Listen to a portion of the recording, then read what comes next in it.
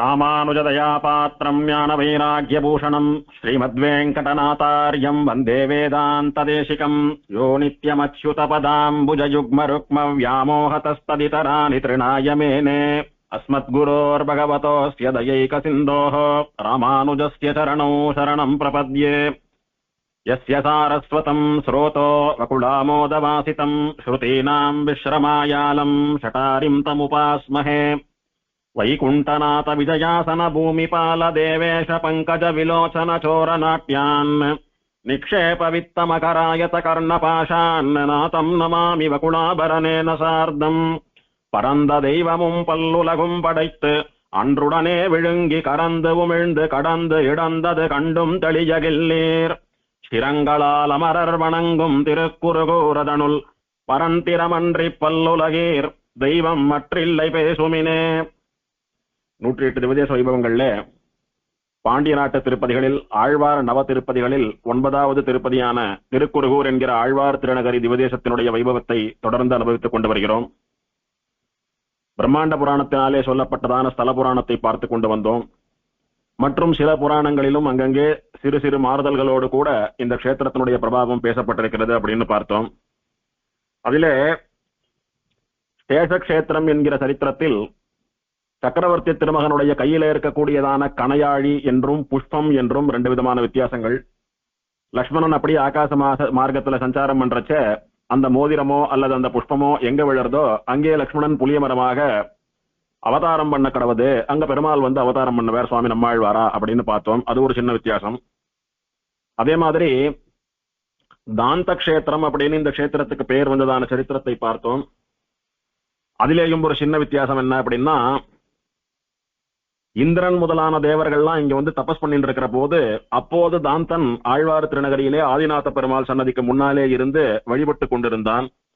அப்போ இந்திரன் முதலான தேவர்கள் எல்லாம் தாழ்ந்த குலத்தை சேர்ந்தவனான நீ நாங்க வரக்கூடிய வழியில் இந்த மாதிரி இருக்கலாகாது அப்படின்னு சொல்லி அவனிடத்திலே அபச்சாரப்பட்டதாகவும், அதன் பிறகு அவன் தாமிரபரணி நதிக்கரையிலே இருக்கக்கூடியதான வடக்கு கரையில் ஆதிநாத வேதி அப்படின்னு அங்க ஒரு இடத்தை ஏற்படுத்தி அங்க பெருமாளை பிரதிஷ்டை பண்ணி அங்கு ஆதிநாதனை சேவித்துக் கொண்டு வந்த போது அவனுடைய மகிமையினாலே இந்திரன் முதலான தேவர்களுக்கு கண்ணு போயிடுத்து. இந்திரன் முதலான தேவர்கள்லாம் நாங்க பண்ணின பாவத்துக்கு பிராயசித்தமா வந்து இங்க தபஸ் பண்ணலான்னு வரச்சு எங்க கண்ணு போயிடுத்தே ஏன் போச்சு அப்படின்னு பெருமாள் இடத்துல விஞ்ஞாபிக்கவே, தாந்தன்னு சொல்லக்கூடிய மகா பாகவதனிடத்துல அபச்சாரப்பட்டங்கோ அவனிடத்துல போய் மன்னிப்பு கேட்டு அவன் உங்களை மன்னித்தாதான் உங்களுக்கு பார்வை வரும்னு சொல்லவே, இவா வடக்கு கரையில இருக்கக்கூடிய ஆதிநாத வேதிக்கு போய் தாந்தனிடத்திலே அபச்சார க்ஷமாபணம் பிரார்த்தித்துக்குள்ள இந்திரன் முதலான தேவர்களுக்கு கண்ணு வந்தது அப்படின்னு அங்கே பிராமணர்கள் என்றும் இங்கே தேவர்கள் என்றும் சிறு வித்தியாசத்தோட கூட இந்த புராணம் சொல்லப்பட்டிருக்கிறது. இந்த தாந்தனுடையதான சிற்பம் ஆழ்வார் திருநகரியிலே ஆதிநாத பெருமாள் சன்னதியினுடைய அர்த்த மண்டபத்திலே முதல் படிக்கட்டிலே செதுக்கி வைக்கப்பட்டுள்ளது. அர்த்த மண்டபத்தினுடைய முதல் படிக்கட்டுல பார்த்தோம்னா தாந்தனுடைய சிற்பம் செதுக்கி இருக்கா, அதை பார்த்துக்கலாம் அங்கே. அதே மாதிரி இந்த சங்கன் அப்படின்னு சொல்லக்கூடியவன் தபஸ் பண்ணி பெருமாளை சேவித்து மோட்சம் போனானே சங்கராஜா, அவன் தன்னுடைய சங்கினங்களோடு கூட 1000 வருஷ காலங்கள் இந்த எம்பெருமானை சேவித்துக் கொண்டு பிரதட்சணம் பண்ணி கொண்டிருக்கிற போது ஒரு முறை மாசி மகத்தன்னைக்கு வசிஷ்டரும் இன்னும் சில ரிஷிகளும் அந்த கஷேத்திரத்துக்கு தீர்த்தாமாடி பெருமாளை சேவிக்கிறதுக்கு வரா. மாசி மகத்துல புண்ணிய தீர்த்தங்கள்ல தீர்த்தாமாடுறது விசேஷம். தாமிரபரணி மகா புண்ணிய தீர்த்தமா இருக்கிறபடினால அன்னைக்கு தாமிரபரணியில தீர்த்தாமாடி ஆதிநாதனை சேவிக்கலாம் அப்படின்னு வசிஷ்டர் முதலானவாள்லாம் வந்திருக்கா. அப்போ பகல் சமயத்துல இந்த சங்கராஜாவும் அவனுடையதான சங்கினங்களும் அப்படி தாமிரபரணி நதியில எதிர்நீச்சல் போட்டு வந்து திருச்சங்கனித்துறை ஏறி போய் பெருமாளை சேவிச்சு பிரதட்சணம் எல்லாம் பண்ணிட்டு ராத்திரி ஆகிற சமயத்துல திரும்பவும் தாமிரபரணி நதி வழியா கடலுக்கு போய் கலந்தத வசிஷ்டரும் அவருடைய சிஷ்யர்களும் கூட வந்திருந்த இன்னும் பல மகரிஷிகளும் பார்த்தா. அப்போ ஞானாதிகரா இருக்கக்கூடிய வசிஷ்டர் இடத்துல கேட்டா, இது என்ன ஒரு ஆச்சரியமான காட்சி, சங்குகள்லாம் வந்து பெருமாளை வழிபட்டு போறது, அதுவும் இத்தனை சங்குகள் அப்படி படையா வந்திருக்கு, என்ன விசேஷம் அப்படின்னா, இவெல்லாம் 1000 வருஷமா தபஸ் பண்ணிட்டு இருக்கா, இவளுக்கெல்லாம் பெருமாள் சேவை கொடுத்து மோட்சம் தரப்போறார். அந்த காலம் நெருங்கிடுத்து. இன்னைக்கு மாசி மகம், இன்னும் சரியா 2 மாசத்துல சித்திர மாசம் உத்தர நட்சத்திர தன்னைக்கு இந்த பெருமாளுடைய திரு அவதார நன்னாள். அன்னைக்கு பெருமாள் சங்கினங்களுக்கெல்லாம் காட்சி கொடுத்து மோட்சம் தர போறார் அப்படின்னு சொல்லி வசிஷ்டர் சொல்றார் தன்னுடைய ஞான திருஷ்டினாலே. சரி, அதை பார்க்கலாம்னு சில ரிஷிகள் அந்த சேவைக்காக அதை பார்க்கறத விட இந்த சங்கினங்களுக்கெல்லாம் பெருமாள் காட்சி தர வருகிறாரு, அவரை சேவிக்கலாமோன்னு நேர. இல்லைன்னா இவ 1000 வருஷம் தபஸ் பண்ணா பெருமாள் வருவார், எங்க இருந்து தபஸ் பண்றது 1000 வருஷம்? யாரோ தபஸ் பண்றா, யாரோ யாகம் பண்றா, அதுக்கு பெருமாள் வர்றாருன்னா அங்க இருக்கிறவா எல்லாம் சேவிக்கலாம் ஒன்னும். அதனால எல்லாம் காத்துட்டு இருந்தா. வசிஷ்டர் முதற்கொண்டு மற்ற ரிஷிகள்லாம் இன்னும் 2 மாசம் தானே, இப்ப ஏற்பட்ட புண்ணிய தீர்த்தத்துல தினம் தீர்த்தம் ஆடிண்டு அனுஷ்டானம் பண்ணிண்டு இத்தனை பெருமாள்களை சேவித்துக் கொண்டிருக்கக்கூடியதான பாக்கியம் யாருக்கு கிடைக்கும்? மகாக்ஷேத்திரம் இது. எத்தனையோ புண்ணிய தீர்த்தங்கள், 9 திருப்பதிகள்ல 9 புண்ணிய தீர்த்தங்கள் உண்டு. வற்றாத ஜீவநதியான தாமிரபரணி உண்டு. 9 பெருமாள்கள் சேவை சாதிக்கிறா.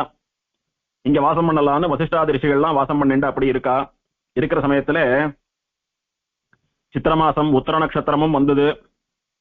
அன்னைக்கு சங்கராஜா வழக்கம் போல தன் சங்கினங்களோடு கூட பெருமாளை சேவித்து விசேஷமா 1000 பிரதட்சிணங்கள் பண்ணிட்டு பெருமாளை சேவிச்சுட்டு நிக்கிறான். அப்போ சிவன் தன்னுடைய ரிஷப வாகனத்திலே அங்க வந்து சேர்ந்தான். பிரம்மா தன்னுடைய ஹம்ச வாகனத்துல அங்க வந்து சேர்ந்தான். இந்திரன் தன்னுடைய ஐராவதம்னு சொல்லக்கூடிய வெள்ளை யானை வாகனத்துல வந்து சேர்ந்தான். 33 கோடி தேவர்கள் வந்து சேர்ந்தா. அஷ்டதிக் பாலகாலம் வந்து சேர்ந்தா. தேவர்கள்ல வாத்தியம் வாசிக்கக்கூடியவா, பாட்டு பாடக்கூடியவா, மலர் மழை பொழியக்கூடியவா அப்படின்னு விசேஷமா எல்லா தேவர்களும் ஆகாச வீதியில அப்படி ஆழ்வார் திருநகரிய சூழ்ந்துண்டு நின்னா. அப்சர ஸ்திரீகள்னு சொல்லக்கூடிய தேவலோகர்கள் வந்து ஆடிக்கொண்டும் பாடிக்கொண்டும் இருந்தார்கள்.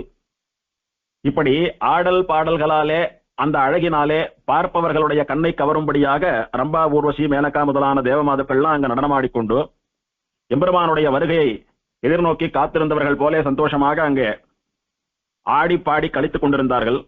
அப்போது ஸ்ரீவைகுண்டத்திலிருந்து விஸ்வக்சேனர் முதலான நித்தியசூரிகள் எல்லாம் கூட அங்க வந்து சேர்ந்தா. விஸ்வக்சேனருக்கு முன்னாலே ஒரு கைங்கரியபரர் சாட்டை அடித்து வழி விளக்கினார். பெருமாள் எழுந்தருள போறார், வழிவிடுங்கோ வழிவிடுங்கோன்னு சொல்றது போல சாட்டை அடித்து வழி விளக்குதல்னு பேரு, அல்லது பட்டை அடித்தல்னு சொல்லுவா. இதை ஸ்ரீரங்கத்துல சேவிச்சிருக்கலாம். நம்பெருமாள் எழுறார் அல்லது நம்பெருமாளுக்கு முக்கியமான கைங்கரியபரா எழுறா, ஆழ்வாராச்சாரியர்கள்லாம் நம்பெருமாள் சன்னதிக்கு எழுறா அப்படின்னா ஒரு சுவாமி முன்னாடி அப்படி தரையில ஓங்கி பட்டை அடிச்சுட்டு வருவார். அப்படி அடிச்சுட்டோ விலகுங்கோன்னு சொன்னாலும் சொல்லணும்னாலும் கொஞ்சம் தள்ளி நிக்கணும், பெருமாள் வரார், ஒதுங்கி நிக்கணும், பெருமாளுக்கு வழி விடணும்னு அர்த்தம். இதெல்லாம் ராஜாவுக்கு பண்ணக்கூடிய உபச்சாரங்கள், ராஜாவுக்கு பண்ணக்கூடிய மரியாதை. அப்படி ஜனங்கள்லாம் கூட்டமா நின்று இருக்கான்னா அவளை தள்ளிண்டு தொட்டுண்டு கொஞ்சம் தள்ளி போங்கோ, ஒரு நிமிஷம் அப்படி தள்ளிக்கிறீங்களா அப்படின்னு சொல்லிட்டு எல்லாம் வர வேண்டிய அவசியம் இல்லை. ராஜாவுக்கு 1008 காரியம் அவனுக்கு. அதனால ராஜா வரச்சேய முன்னால ஒருத்தர் பட்டையடித்து வழி விளக்கி கொண்டு வருவா. ராஜாவுக்குன்னு தனியா இருக்கணும், டிராபிக் கிளியரன்ஸ் எல்லாம் இருக்கணும், அண்ணா அப்பதான் ராஜா வருவான். அந்த மாதிரி நம்பெருமாள் ஸ்ரீரங்க ராஜாவானபடினாலே அவருக்கு அந்த கைங்கரியம் இன்னைக்கும் நடக்கிறது. சொல்ல போனா நம்பெருமாளுக்கு மட்டுமே அந்த வழக்கம் உண்டுன்னு கூட சொல்லலாம், வேற எங்கேயும் கிடையாது அது. அந்த மாதிரி ஸ்ரீவைகுண்டத்திலிருந்து பெருமாள் எழுந்தருள போறார், ஆதிநாதன் எழுந்தருள போறார் அப்படின்னு சொல்லவே சாட்டைக்காரர்கள்லாம் வழி விளக்கின்றவரா பெருமாள் எழுறார் அப்படின்னு. இந்த வசிஷ்டர் முதலான எத்தனையோ ரிஷிகள் வந்து சேர்றா. மார்க்கண்டேய ரிஷி வந்து சேர்றார். நம்ம ஊருக்கு இத்தனை பெரிய தெய்வங்களும் ரிஷிகளும் வந்திருக்கிறார்களே அப்படின்னு ஊர் ஜனங்கள், அக்கம்பக்கத்துல இருக்கக்கூடிய பாகவதால் பக்த ஜனங்கள், பொதுமக்கள்லாம் வந்து சேர்றா. ஸ்ரீ வைஷ்ணவர்கள்லாம் வந்து சேர்றா. இப்படி எல்லாருடைய கண்களுக்கும் முன்னாலே பெருமாள் கருட வாகனத்திலே ஸ்ரீதேவி, பூமிதேவி, நீலாதேவியோடு கூட ஸ்ரீவைகுண்டநாதன் ஆதிநாத பெருமாளாக அந்த சங்கனுக்கு தரிசனம் கொடுத்து அவனுக்கும் அவனுடைய சங்கினங்களுக்கும் கூட மோட்சம் தந்தார். இப்படி சங்குகள்லாம் ஏறி வந்து பெருமாளை சேவித்து மோட்சம் அடைந்த அந்த துறைக்குத்தான் திருச்சங்கணி துறை அப்படின்னு பேருன்னு பார்த்தோம். பெருமாள் எப்பவும் தீர்த்தவாரி கண்டருள்வது, நாச்சியார்கள் தீர்த்தவாரி கண்டருள்வது, சுவாமி நம்மாழ்வார் தீர்த்தவாரி கண்டருள்வது எல்லாம் திருச்சங்கணி துறையில தான். ஆகையினாலே அது பவித்திரமான படித்துறை அப்படின்னு சிறு சிறு வித்தியாசங்களோட பல புராணங்களிலே வர்ணிக்கப்பட்டிருக்கிறது இந்த ஸ்தல புராணம். இப்போ புராண காலத்துக்கெல்லாம் பிறகு நடந்ததான ஒரு ஆச்சரியம். இந்த ஆழ்வார் திருநகரின்னு சொல்லக்கூடியதான திவ்யதேசம் தாமிரபரணி நதியினுடைய தெற்கு கரையில இருக்கக்கூடியது. அந்த நதிக்கு வடக்கு கரையிலே பல ஊர்கள் உண்டு.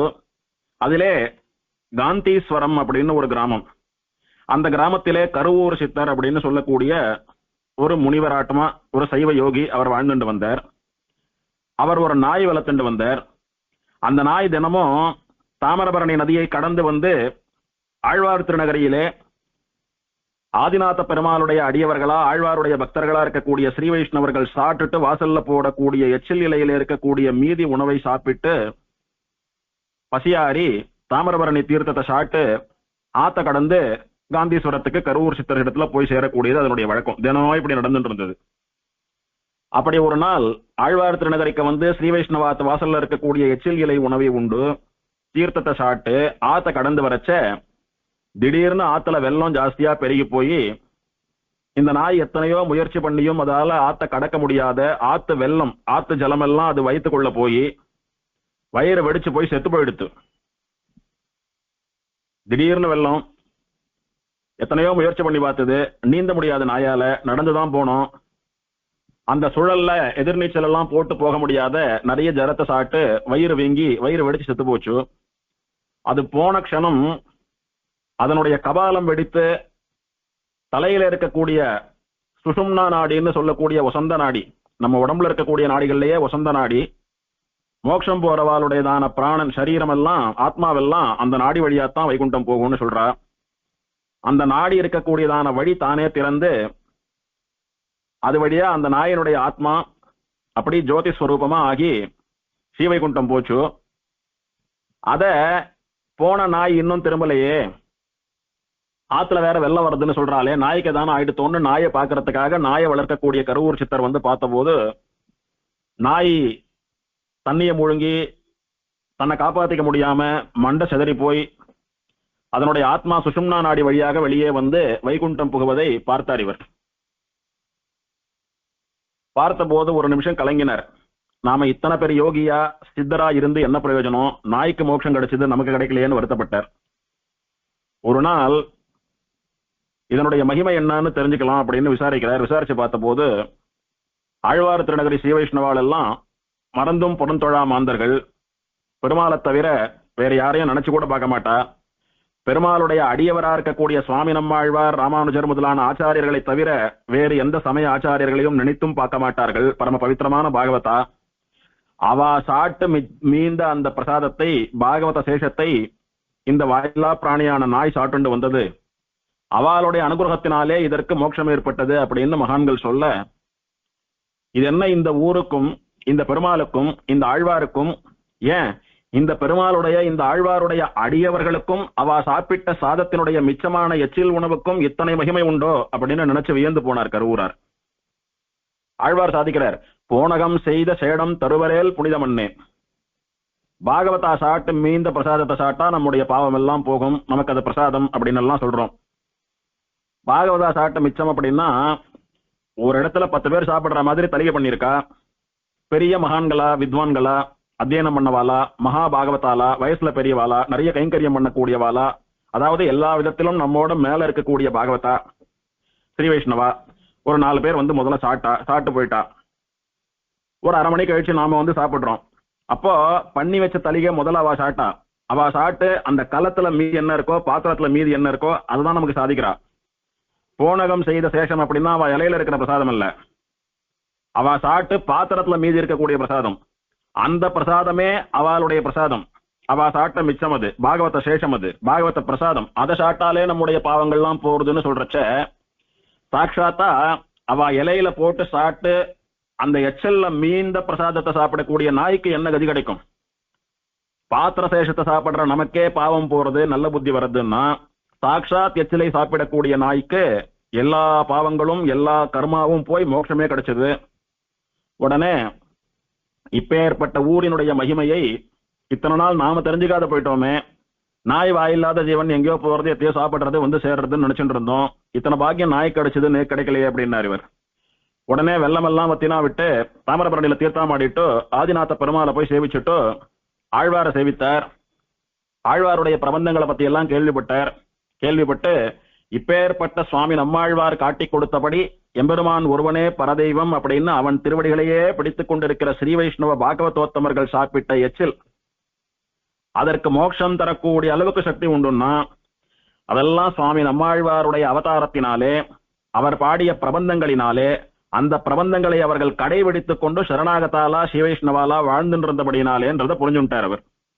உடனே சுவாமி நம்மாழ்வாரை திருப்புலி ஆழ்வார் அடியிலே இருக்கக்கூடிய அவருடைய சன்னதிக்கு வந்து சேவித்து ஒரு பாட்டு பாடினார். வாய்க்கும் குறுகை திருவீதி எச்சிலை வாரி உண்ட நாய்க்கும் பரமபதமளித்தாய், அந்த நாயோடு இந்த பேய்க்கும் இடமளித்தால் பழுதோ, பெருமாள் மகுடம் சாய்க்கும் படிக்கு கவி சொல்லும் ஞானத் தமிழ் கடலே அப்படின்னு ஆச்சரியமான பாசுரம் அது. ஆச்சரியமான திருக்குறுகூர்ல இருக்கக்கூடிய வீதிகள்ல வசிக்கக்கூடிய ஸ்ரீ வைஷ்ணவா அவ சாட்டு போட்ட எச்சல் இலையில இருக்கக்கூடியதான மீதி சாதத்தை வாரி சாப்பிட்ட நாய்க்கும் கூட மோட்சம் கொடுப்பீங்களே சுவாமி நம்மாழ்வாரே, அந்த நாய்க்கு மட்டும்தான் மோட்சம் கொடுப்பீங்களா? அந்த நாயாட்டமா இந்த பேய்க்கும் மோட்சம் கொடுக்க கூடாதா? தன்னை பேய்னு சொல்லிக்கிறார் இவர். தன்னை பேய் அப்படின்னு சொல்லின்றது ஒரு நைச்சான சந்தானம். நாமெல்லாம் நம்மள சொல்லிக்கிறச்ச நான் பெரிய மகான், நான் பெரிய வித்வான், நான் பெரிய சுவாமின்னு நான் சொல்லிக்கிறோம். நமக்கெல்லாம் என்ன தெரியும், நம்மெல்லாம் அவ்வளவுதான் அப்படின்னு சொல்லி தாழ்த்தி சொல்லிக்கிறோம். ஒன்னும் அந்த தாசபாவம், நீச்சபாவம், நைச்சான சந்தானம், தன்னை தாழ்த்தி சொல்லிக் கொள்வது, அடியேன், அடி நாயேன், நானேதான் ஆயிடுக அப்படின்னு எல்லாம் ஆழ்வார்களும் ஆண்டாலும் சொல்வது போல தன்னை பேய்னு சொல்லிக்கிறார்னு ஒரு அனுபவம். இன்னொரு அனுபவம் என்னன்னா, ருத்ரனுக்கு பேயோடு ஆடின்னு பேரு.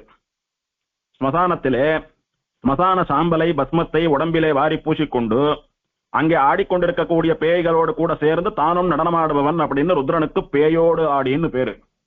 திருக்கடல் மல்லை பாசுரத்துல கலியன் தெரிவிக்கிறார், பிணங்களிடு காடதனுள் நடமாடு பின்யகன் அப்படின்னு ருத்ரனை.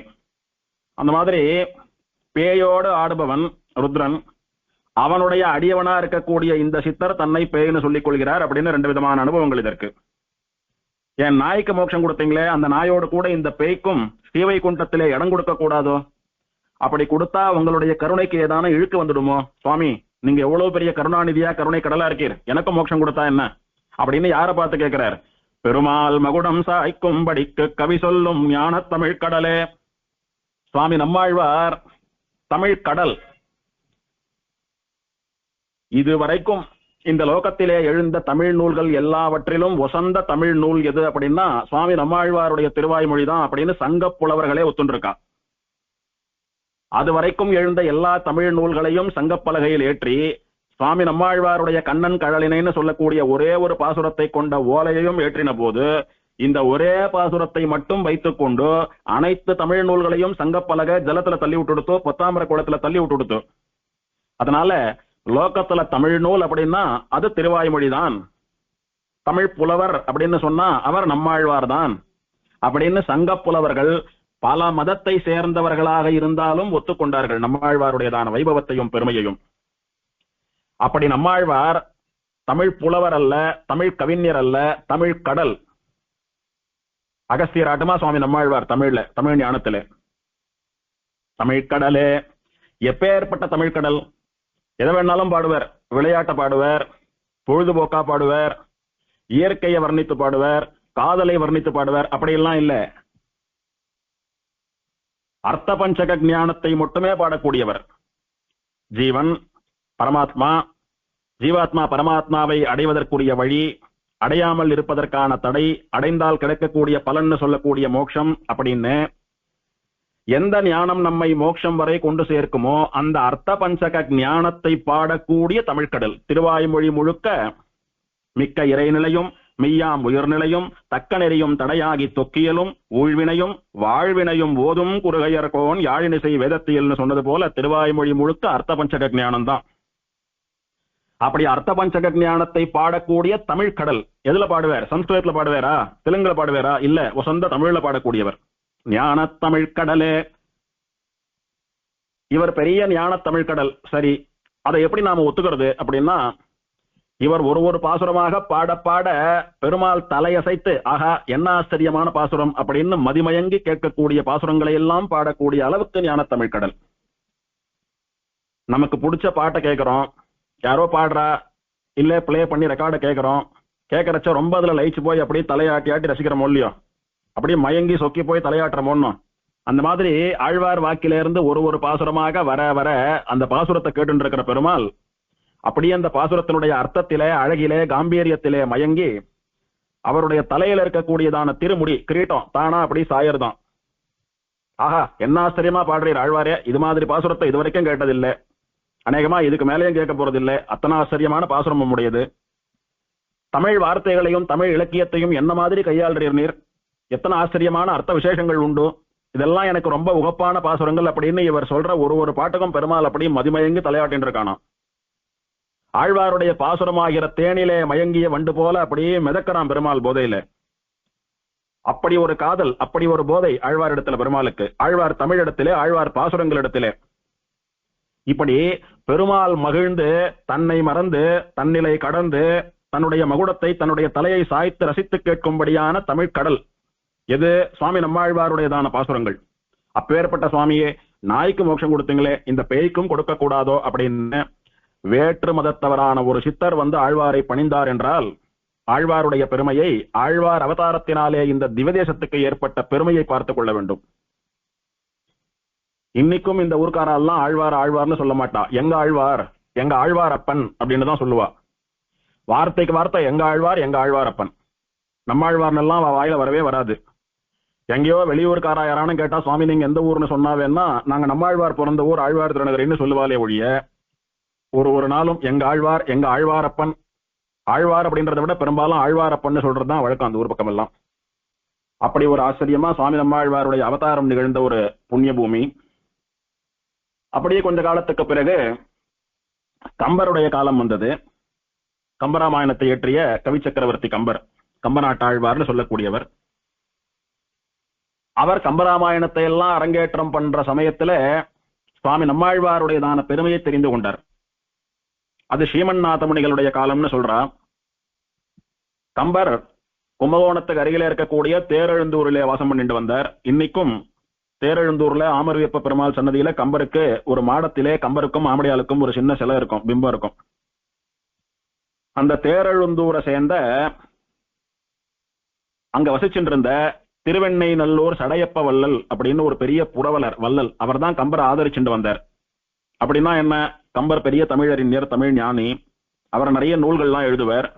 அப்ப அவருக்கும் அவர் குடும்பத்துக்கும் தேக யாத்திரை எப்படி, சாப்பிடுறதுக்கு என்ன பண்றது, வருமானத்துக்கு என்ன பண்றது, இந்த மாதிரி தமிழ் புலவர்கள் எல்லாம் ஆதரித்துக் கொண்டிருந்தார்கள் பல வள்ளல்கள், ராஜாக்கள். உங்களுக்கு இருக்கிற தமிழ் ஞானம் எங்களுக்கு கிடையாது, நீங்க பாட்டுக்கு தமிழை வளர்த்துருங்கோ, உங்க குடும்ப பாரத்தை நாங்க ஏத்துக்கிறோம்னு சொல்லி அவளுக்கு தேவையானதெல்லாம் பண்ணுவா. அந்த மாதிரி கம்பரை ஆதரிச்சவர் திருவெண்ணநல்லூர் சடையப்ப வள்ளல்னு பேர் அவருக்கு. அவருடைய ஆதரவுல இருந்துட்டு நிறைய புஸ்தகங்கள் எழுதினார். அதுல ஆச்சரியமா கம்பராமாயணத்தை எழுதி முடிச்சார். ராமாவதாரம் அப்படின்னு அந்த புஸ்தகத்துக்கு பேரும் வச்சார். அப்போ எல்லாம் சொன்னா, இது ஸ்ரீ வைஷ்ணவ காவியம், எம்பெருமான் சக்கரவர்த்தி திருமகன் விஷயமான காவியம். நீர் இதுல ராமனை பத்தி மட்டுமல்லாமல் நிருசிம்மன் முதலான பெருமாள்களையும் பாடியிருக்கீர். இது ஆச்சரியமா ஸ்ரீ வைஷ்ணவ ஆச்சாரிய புருஷர்கள் எழுந்தருள் இருக்கக்கூடியதான, ஆழ்வார்கள் 11 பாடப்பெற்றதான முதல் திவதேசம்னு சொல்லக்கூடிய ஸ்ரீரங்கத்திலே பெரிய பெருமாள் திருமுன்பே தான் இதை அரங்கேற்றம் பண்ண வேணும், அதுதான் விசேஷமா இருக்கும், அதனால் அங்க பண்ணலாம்னு தீர்மானம் பண்ணினான். உடனே சோழ தேசத்து ராஜாவை எல்லாம் வரவழைத்து ராஜாவினுடைய தலைமையிலே ஊர்ல இருக்கக்கூடிய அத்தனை கவிஞர்கள் புலவர்கள் கூட தாயார் சன்னதிக்கும் சுவாமி தேசிகன் சன்னதிக்கும் மேட்டழகிய சிங்கர் சன்னதிக்கும் இடையிலே இருக்கக்கூடிய மண்டபத்திலே கம்பராமாயண அரங்கேற்றம் நடக்க போறது. நாளைக்கு அரங்கேற்றம்னா இன்னைக்கு ராத்திரி கம்பர் தூங்கிட்டு இருக்கார். சொப்னத்துல பெரிய பெருமாள் வந்து நம் ஷடகோபனை பாடினாயோ அப்படின்னு கேட்டார். உடனே திடுக்கிட்டு எழுந்துட்டார் கம்பர். பார்த்தா சொப்னம், ஒன்னும் புரியல, திரும்பவும் படுத்துட்டார். பெருமாள் திரும்பவும் சொப்னத்துல வந்து நம் ஷடகோபனை பாடினாயோ, நம்மாழ்வார பாடினாயான்னு கேட்டார். இவருக்கு ஒன்னும் புரியல. ஸ்ரீ வைஷ்ணவ சம்பிரதாயத்திலே பகவானான என்னை பாடுவதை விட என்னுடைய பக்தனான பாகவதனை ஆச்சாரியால பாடுறதுதான் பிரதானம். ஆச்சாரிய தனியனை சேவிச்சுட்டு குரு பரம்பரா தியானம் பண்ணிட்டு அதுக்கப்புறம் என்ன சேவிக்கிறது தான் எங்க சம்பிரதாயத்தை வழக்கம். நீர் ஸ்ரீ வைஷ்ணவ சம்பிரதாயப்படி இந்த கிரந்தத்தை பண்ணியிருக்கீர், ஆனா ஒரு ஆச்சாரியனையும் ஒரு அடியவனையும் சோத்திரம் பண்ணதா காணுமே. நீர் நம்மாழ்வார் ஆட்டமா தமிழ் பாசுரங்களினாலே என்னுடைய சரித்திரத்தை சொன்னபடியினாலே நம்மாழ்வார் விஷயமாக ஒரு பிரபந்தம் பாடும், அதுக்கப்புறம் என்னை பத்தி பாடும், நான் ஏத்துக்கிறேன் பெருமாள். உடனே இவருக்கு தூக்கம் வரல, எழுந்து உட்கார்ந்து விட்டார். சுவாமி நம்மாழ்வாரை பற்றி ஷடகோபரந்தாதி அப்படின்னு 100 பாசுரங்களாலே ஒரு அந்தாதி காவியம் பாடினார். நம்மாழ்வார் எப்படி திருவாய்மொழி அந்தாதியா பாடினாரோ அந்த மாதிரி நம்மாழ்வார் விஷயமா அவருடைய பெருமைகளை எல்லாம் சொல்லக்கூடிய ஒரு அந்தாதி காவியத்தை இவர் பாடினார் கம்பர். பண்ணி மறுநாள் பெரிய பெருமாள் திருவடியில சமர்ப்பிச்சுட்டோ முதல்ல ஷடகோபரந்தாதி அரங்கேற்றம் பண்ணிட்டு அதன் பிறகு கம்பராமாயணத்தை அரங்கேற்றம் பண்ணின போது பெருமாள் மேட்டழி சிங்கன் சிறக்கம்பமும் கரக்கம்பமும் பண்ணி அதை ஏற்றுக்கொண்டு அங்கீகரித்தான். இப்ப நம்மளை பத்தி ஒரு விஷயம் மத்தவா சொல்றான்னா அதுல இருக்கக்கூடிய ஆத்தென்டிசிட்டியை யார் அப்ரூவ் பண்ணணும்? நாம தான் பண்ணணும். அடியனை பத்தி ஒரு விஷயம் யாரோ சொல்றா, அது உண்மையா பொய்யான்றதை யார் சொல்லணும்? அடியன் தான் சொல்லணும். அந்த மாதிரி எல்லாம் நேர்ல இருந்து பார்த்தது போல கம்பர் எழுதியிருக்கார். அது உண்மையா பொய்யா அப்படின்னா, ஆமாமா நீர் சொல்றது சரிதான், ரொம்ப ஆச்சரியமா எழுதியிருக்கீர், நீர் சொல்றதெல்லாம் சத்தியம்தான்னு சொல்றது போல, பலே பலே பேஷ் பேஷ்னு சொல்ற மாதிரி மேட்ல இருக்கக்கூடிய நிருசிம்மன் மேட்ட அழகிய சிங்கர் அப்படி கையை காமிச்சு சரிதான்னு சொல்றது போல கையை வச்சுட்டு இருக்காரு இன்னைக்கும். அது கரக்கம்பம்னு பேரு. கையால அக்செப்ட் பண்றது, அங்கீகரிக்கிறது. அதே மாதிரி சிரக்கம்பம், தலையாட்டி ரொம்ப நன்னா சொன்னீர், சரிதான் நீர் சொல்றது, மேல சொல்லும் அப்படின்னு ஒப்புதல் கொடுக்கறது. ஆச்சாரியெல்லாம் சபையில எழுதிருக்கா. முதல்ல ஒரு சிஷ்யன் அந்த சபையில போய் ஏதோ உபன்யாசமோ சதஸோ சொல்ல போறான்னு வச்சுக்கோங்க. முதல் முறைன்றதுனால தான் சொல்லக்கூடிய ஒரு விஷயமும் சரியா, அதுக்கு மேல போலாமா அப்படின்ற மாதிரி அடிக்கடிக்கு பேச்சை நிறுத்திட்டு ஆச்சாரியனை பார்ப்பான். அப்போ ஆச்சாரியன் அப்படியே தலையசைச்சு மேல தொடருன்றது போல சொன்னாரானா, இது வரைக்கும் சொன்னதுல தப்பு இல்லை, மேல சொல்லிட்டு போலான்னு அர்த்தம். அந்த மாதிரி கம்பருடையதான பாசுரங்களை எல்லாம் கேட்டு பெருமாள் நிருசிம்மன் மேட்டழிசிங்கிற கரக்கம்பமும் சிறக்கம்பமும் பண்ணினான். அவ்வளவு சந்தோஷம். பெரிய பெருமாள் பிராட்டியார் எல்லாம் சேவிச்சுட்டார். சேவிச்சுட்டு கொஞ்ச காலம் ஸ்ரீரங்க வாசம் பண்ணிட்டு இருந்துட்டு தன்னை பொத்தி பாடினதை கூட பெருசா நினைச்சுக்காம பெருமாள் நம் ஷடகோபனை பாடினாயோன்னு கேட்டாரு. அப்ப தன்னை பாடுறதை விட நம்மாழ்வார பாடுறதுதான் பெருமாளுக்கு அத்தனை திருவுள்ளம் போல இருக்கு. அதனால அந்த சுவாமி நம்மாழ்வாரை, அந்த ஷடகோபனை போய் நாம சேவிக்கணும்னு கம்பருக்கு ஆசை வந்தது. அப்படியே ஸ்ரீரங்கத்திலேருந்து புறப்பட்டு ஆழ்வார் திருநகரிக்கு வந்தார். வரப்போது கம்பர் தன்னை பத்தி ஒரு பெருமையா நினைச்சுட்டார். என்ன நினைச்சுட்டார் அப்படின்னா, நம்முடைய காவியத்தை பெருமாள் நிருசிம்மனே கரக்கம்பமும் சிறக்கம்பமும் பண்ணி கேட்டான். யாருக்கு இந்த பெருமை கிடைத்தது உண்டோ? எந்த புலவருடைய காவியத்தை தெய்வமே தலையசைத்து கையசைத்து கேட்டிருக்கிறது? நம்மளாட்டமா தமிழ் ஞானி ஒருத்தர் கிடையாது, நம்மளாட்டமா விஷயம் தெரிஞ்ச மகாவித்வான் ஒருத்தர் கிடையாது, நம்மளாட்டமா ஒரு புலவர் கிடையாது அப்படின்னு சொல்லி லேசான ஒரு கர்வம், அகங்காரம் வந்ததான் கம்பருக்கு. அதுவும் இல்லாமல் இப்ப போயிட்டு இருக்கோமே, இந்த ஊர் ஆழ்வார் மேலையும் ஷடகோபரந்தாதி பாடி இருக்கோம். இந்த மாதிரி எல்லாம் யாரால நினைச்ச போது ஒரு ராத்திரியில ஒரு காவியம் பண்ண முடியும் அப்படின்னு லேசான கர்வம் கம்பருக்கு வரவே, பெருமாள் அந்த கர்வத்தை பங்கம் பண்ண வேணும். அதாவது கம்பர் நல்லவர் தான், ரொம்ப அகங்காரம் பிடிச்சவர் எல்லாம் இல்ல. இதெல்லாம் சாத்விக அகங்காரம் அப்படின்னு வித்வான்களுக்கு வரக்கூடிய வித்வத் அகங்காரம். இதனால அவர் மத்தவால ஒன்னும் குறைவா மட்டமா மதிப்பிடல, மத்தவால ஒன்னும் மட்டம் சொல்லல, யாரையும் அவர் அவமதிக்கல, பழிக்கல. அவர் மனசுல மட்டுமே அகங்காரம். ஆனா அகங்காரம் மனசளவுலயும் வரக்கூடாதுன்னு பெருமாள் சொல்றான். ஒன்னும் இவ்வளவு நல்லவரா இருக்கார் கம்பர், ஆனா மனசளவுல அகங்காரம் வந்துடுத்தே, அது நன்னா இல்லையே, அதை போக்கணும்னு பெருமாள் நினைச்சுட்டானோ. நினைச்ச போது சுவாமி நம்மாழ்வார பத்தி கம்பர் ஷடகோபரந்தாதியில சொல்றச்ச, நாங்கெல்லாம் என்னதான் பெருசா தமிழ் கடல்களாக இருந்து தமிழ் வார்த்தைகளை பிரயோகம் பண்ணி ஆச்சரியமா தமிழ்ல நிறைய நூல்கள் எழுதியிருந்தாலும் கூட, சுவாமி நம்மாழ்வாருடைய தமிழ் பாசுரங்களுக்கு முன்னாலே நாங்கள் எல்லாம் மலட்டு அப்படின்னா கன்று போடாத மலட்டு பசுமாடுகள் போல. நாங்கள்லாம் கண்ணு போடாத பசுமாடு எதுக்கும் பயன்படாது. ஒரு நல்ல காரியம் நடக்கிறது, ஒரு கிரகப்பிரவேசம் எல்லாம் நடக்கிறது அப்படின்னா கன்றோடு இருக்கிற பசுவை தான் ஓட்டிட்டு போவா. அந்த மாதிரி கன்று இல்லாத பசுவினுடைய பாலை சாப்பிடுறதுக்கு இல்லைன்னு சொல்றா, ஒத்த கண்ணு இருக்கிற பசுவினுடைய பாலை சாப்பிடுறதுக்கு இல்லைன்றா. அப்படியெல்லாம் சாஸ்திரம் சொல்றது. அதனாலே நம்மாழ்வாருடைய தமிழ் ஞானத்துக்கு முன்னால நாங்கள்லாம் கண்ணு போடாத மாடு போலதான், மலட்டா அப்படின்னு சொன்னார். அப்பேற்பட்ட நம்மாழ்வாருடைய ஊரை சேர்ந்தவா, நம்மாழ்வார தினம் சேவிக்கிறவா, நம்மாழ்வாருடையதான விக்கிரகம் அவதாரம் பண்ணின தாமிரபரணி தீர்த்தத்திலே தினம் தீர்த்தமாடுறவா, அந்த தீர்த்தத்துல தலிய பண்ணி சாப்பிடுறவா, அந்த தீர்த்தத்தை சாப்பிடுறவா, இவாளுக்கெல்லாம் எவ்வளவு தமிழ் ஞானம் இருக்கிறது அப்படின்னு கம்பருக்கு தெரியப்படுத்தி, யாரும் யாரையும் குறைவா மதிப்பிடக்கூடாது, தான் தான் பெரிய ஞானின்னு நினைச்சுக்க கூடாதுன்னு பெருமாள் ஒரு பாடம் புகட்டுறான். என்ன நடக்கிறதுன்னா, ஆழ்வார் திருநகரியை நோக்கி கம்பர் போயின்னு இருக்கார். அப்படியே வயல்வெளிகளுக்கு நடுவே போயின்னு இருக்கிறச்ச அங்க ஏற்றம் இறைச்சுன்னு இருக்கா. இப்போ வயலுக்கு ஜலம் எல்லாம் விடுறதுக்கு பம்பு செட்டு மோட்டர் எல்லாம் போட்டு பைப்ல ஜலம் போறது, அந்த காலத்துல ஏற்றம் இறைத்தல் அப்படின்னு இயந்திரத்துல வச்சுட்டு ஏற்றம் இறைப்பா, ஏறி இறங்கி பண்ணிட்டு இருப்பா. அந்த மாதிரி பண்றச்ச கை கால் உடம்பெல்லாம் பயங்கரமா வலிக்கும். அந்த சிரமம் தெரியாம இருக்கிறதுக்காக நாட்டுப்புற பாடல்களை எல்லாம் பாடிண்டு ஏற்றம் இறைக்கிறது வழக்கம். அந்த சமயத்துல கார்த்தால சூரியோதயம் ஆகி ஆத்துக்காரியத்தெல்லாம் முடிச்சுட்டு எத்தையோ சாப்பிட்டு வேலைக்கு வந்தாலானா உச்சி வெயில் வர வரைக்கும் வேலை பண்ணுவா. உச்சி வெயில் வந்தா விட்டு சாப்பிடுவா, கொஞ்சம் ஓய்வு எடுத்துப்பா, திரும்ப வேலை பண்ணுவா. சூரியாஸ்தமனம் ஆச்சுன்னா புறப்பட்டு ஆத்துக்கு போயிடுவா. அதுதான் அந்த கால வழக்கம். அந்த மாதிரி சூரியாஸ்தமனம் ஆகிற சமயம் வரைக்கும் ஏற்றம் எரித்துக் கொண்டே இருந்தான் ஒருத்தன். அப்போ சிரமம் தெரியாமல் இருக்க ஒரு பாட்டை பாடினான்.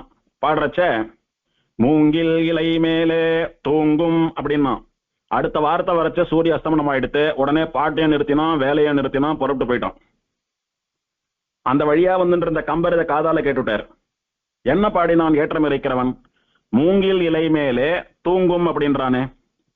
மூங்கில் இலைன்னு சொல்லக்கூடியது எப்படி இருக்கும்? ஒரு மாவிலையை விடவும் 1/4 தான் இருக்கும் சைஸ். அது அத்தனை அகலம் தான் இருக்கும். அது அத்தனை சின்ன இலையில போய் யார் தூங்க முடியும்? ஒரு பெரிய வாழை இருக்குன்னா வாழை இலையை கீழே போட்டு மனுஷா படுத்துக்கலாம், படுத்துட்டு தூங்கலாம். கேவலம் மூங்கில் இலை, அதுவும் நுனி எல்லாம் அப்படியே ஊசி போல இருக்கும், கை வச்சா கிழிச்சிடும் ரெண்டா. அத்தனை குறுகலான இலையில யார் தூங்குவா? என்ன பாடினான் இவன்? நாம எப்பேற்பட்ட தமிழ் கவி, நமக்கு தெரியாத ஒரு பாட்டா இருக்கே இது, நாம இது வரைக்கும் கேள்விப்படாத பாட்டா இருக்கே, நாம இந்த மாதிரி ஒரு கான்செப்டை யோசிச்சு கூட பார்த்தது இல்லையே. இவன் என்ன பாடினா அப்படின்னு தெரியாம ராத்திரி எல்லாம் புலம்புறார். தனக்கு தெரிந்த வார்த்தைகளை எல்லாம் நினைவுபடுத்தி பார்க்கிறார். அக்கம் பக்கத்துல விசாரிச்சா அவன் என்ன பாடுறான்னு தெரியுமான்னா, அவன் ஒரு நாள் ஒரு பாட்டு பாடுவான். அத்தனை பாட்டு தெரியும் சொந்தமா அவனுக்கு. சமயத்துல சொந்தமாவே பாட்டு எழுதி அப்பவே கம்போஸ் பண்ணி அப்பவே பாடக்கூடிய அளவுக்கு தமிழ் ஞானம் உண்டு அவனுக்கு. அதனால அவன் எல்லாம் பெரிய ஞானி. அவன் என்ன பாடுறான்னு எங்களுக்கு எல்லாம் தெரியாதுன்னா என்னது, ஒரு ஏத்தம் இறைக்கிறவன், படிப்பறிவு இல்லாமல் எழுத்தறிவு இல்லாமல் ஏதோ கூலி வேலை பண்ணி போச்சுட்டு இருக்கிறவன், அவன் இஷ்டத்துக்கும் பாட்டை கம்போஸ் பண்ணி நினைச்ச நேரத்துல பாடுவானா? புரியலையே, ஆச்சரியமா இருக்கேன்னு ராத்திரி எல்லாம் தூக்கம் வரல. மறுநாள் கார்த்தால வந்து அவன் ஏற்றம் இறைத்து அடுத்த வரி என்னன்னு கேட்டாதான் தூக்கம் வரும்னு அங்கேயே உட்கார்ந்து விட்டார். ஆத்தங்கரையிலே படுத்துட்டார் ராத்திரி.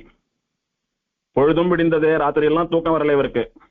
பொழுது விடிஞ்சது. அவன் வந்தான், திரும்பவும் ஏற்ற இறைக்க ஆரம்பித்தான். பாட்டை தொடர்ந்தான். எங்க விட்டான அங்க தொடர்ந்தான். மூங்கில் இலை மேலே தூங்கும் பனி நீரே, தூங்கும் பனி நீரை வாங்கும் கதிரோனே அப்படின்னு சூரியனை பார்த்து பாடினான். பனிக்காலங்கள்ல மூங்கில் காடுகள்ல பார்த்தோமானா அந்த மூங்கில் இலை மேல பனிகள் படிந்திருக்கும். மூங்கில் இலைன்னு இல்ல, புல்லு செடி, ரோஜா செடி, புஷ்பங்கள் எதுல பார்த்தாலும் பனிக்காலத்துல பனி படர்ந்திருக்கும். இந்த மூங்கில் இலை வந்து அந்த பனி நீருக்கு ஒரு படுக்க போல ஒரு பாய் போல இருக்கான். அதுல நிறைய பனி நீர்கள் முத்து முத்தா படுத்துட்டு தூங்குறதா ராத்திரி எல்லாம். ஆனா கார்த்தால காணோம். என்னாச்சுன்னா அப்படியே மெய்மறந்து சுகமா தூங்கிட்டு இருக்கு மூங்கில் இலையில பனி நீர்கள் எல்லாம். கதிரோன் சூரியன் வந்து தன்னுடைய ஒளி கதிர்களாலே அந்த ஜலத்தெல்லாம் உறிஞ்சு சாட்டானான். இப்ப மொத்த ஜலமா எவாபரேட் ஆகி போயிடுது.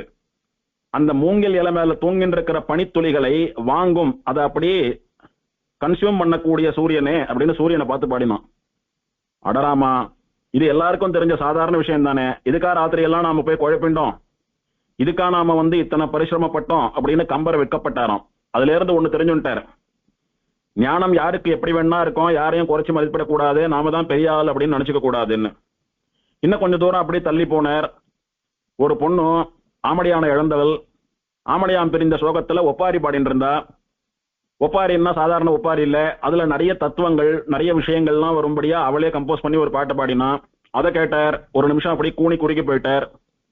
கணவனை பிரிந்து ஒப்பாரி வைக்கக்கூடிய நிலைமையிலே கூட ஊருக்கு உபதேசம் பண்ணுவது போல தத்துவ விஷயங்களை எல்லாம் தன்னுடைய நாட்டுப்புற பாட்டிலே எழுதி பாடக்கூடிய அளவுக்கு இந்த பெண்ணுக்கு தமிழ் ஞானம் தத்துவ அறிவு இருக்கிறது.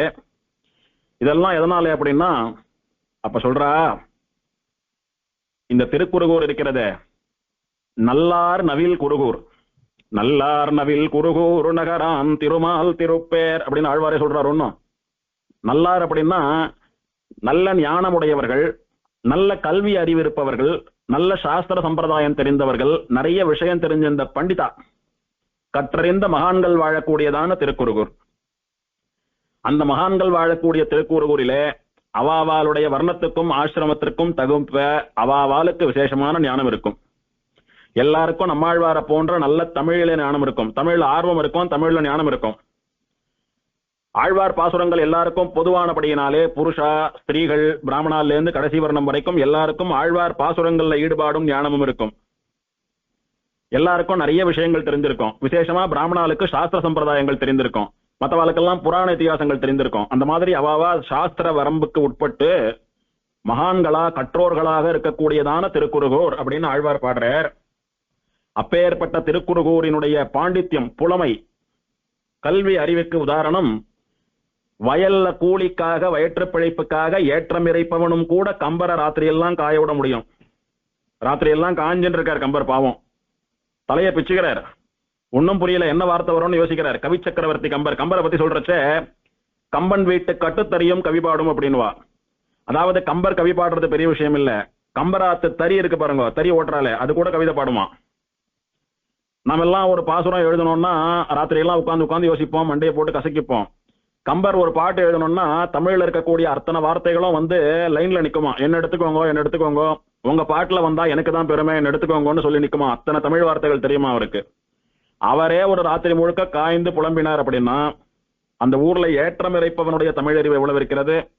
கணவனை இழந்த ஒப்பாரி வைக்கக்கூடிய பெண்ணிடத்திலே எத்தனை தமிழ் ஞானம் இருக்கிறது. அதனால நாம பெரிய கவி சக்கரவர்த்தி, பெரிய ஞான கடல்னு நம்மள நினைச்சுட்டு இருந்தோம்.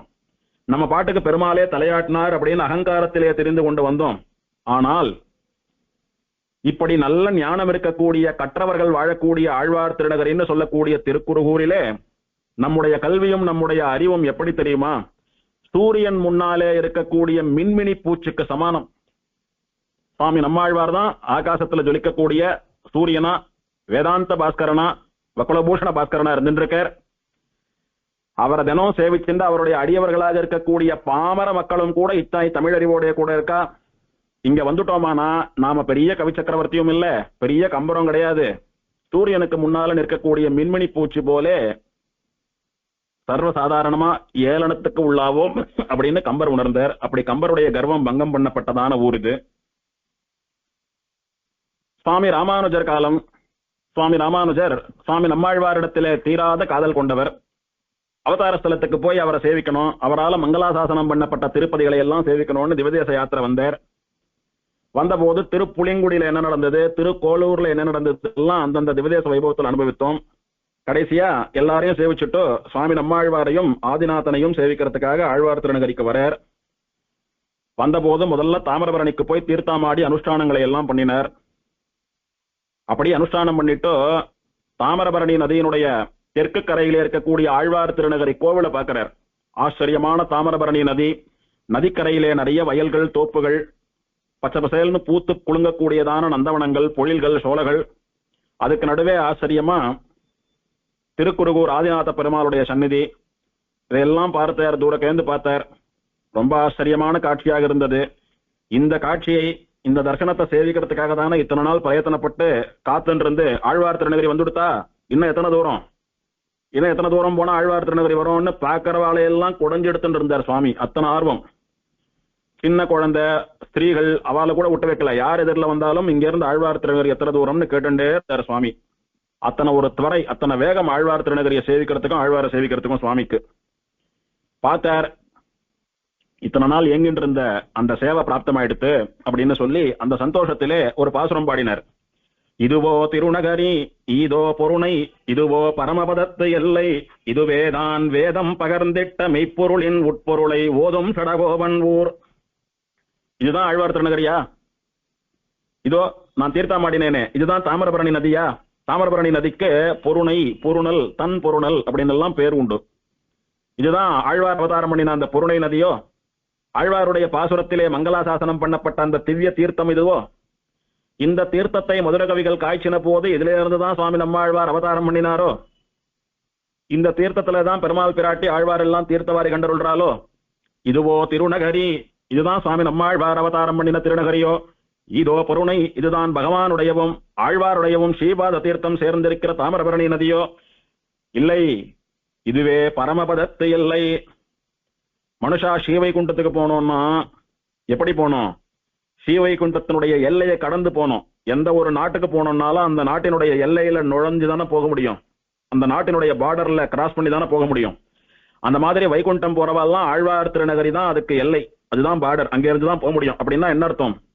சுவாமி நம்மாழ்வாருடைய அனுகிரகம் இல்லைன்னா, சுவாமி நம்மாழ்வார் காட்டி கொடுத்த சரணாகதி சம்பிரதாயத்திலே நாம அனுஷ்டிக்கலன்னா, சுவாமி நம்மாழ்வார் சாதித்தபடி நாம சரணாகதி பண்ணல, பிராட்டியை முன்னிட்டு பெருமாள் திருவடிகள்ல சரணாகதி பண்ணலன்னா அவளுக்கு மோட்சம் நிச்சயமா கிடையாது. சுவாமி தேசிகன் சாதிக்கிறார், பிரபன்னா தன்யேஷாம் ந திசதி முகுந்தோ நிஜபதம். சரணாகதி பண்ணாதவனுக்கு, பரநியாசம் பண்ணிக்கொள்ளாதவனுக்கு நிச்சயம் மோட்சம் கிடையாது அப்படின்னு சுவாமி சாதிக்கிறார். அந்த மாதிரி இதுதான் பரமபதத்தினுடைய எல்லைன்னா என்ன அர்த்தம்? இதுதான் பரமபதத்தினுடைய வாசல். ஒருத்தன் ஸ்ரீவைகுண்டம் போனோம்னா அது எங்க இருந்து ஆரம்பிக்கிறது? எங்க இருந்து ஆரம்பிக்கிறது? இந்த ஆழ்வார் திருநகரில் அவதாரம் பண்ணின சுவாமி நம்மாழ்வாருடைய உபதேசத்திலிருந்து, அவருடைய அனுஷ்டானத்திலிருந்து ஆரம்பிக்கிறது. அகலகில்லேன் இறையுமென்னு அலர்மேல் மங்கை உரை மார்பான்னு சொல்லி தாயாரை முன்னிட்டு பெருமாள் இடத்துல சரணாகதி பண்ணி, அந்த சரணாகத்தியை நீங்களும் பண்ணீங்களானா என்னாட்டும் மோட்சத்துக்கு வரலாம்னு சொல்லி உபதேசம் பண்ணினாரே ஆழ்வார். அனுஷ்டானம் பண்ணி உபதேசித்தும் போந்தாரே.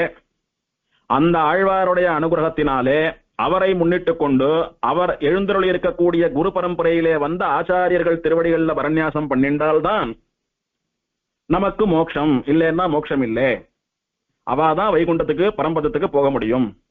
தந்தை என நின்ன தனித்திருமால் தாளில் தலை வைத்தோம் ஷடகோபன் அருளினாலே.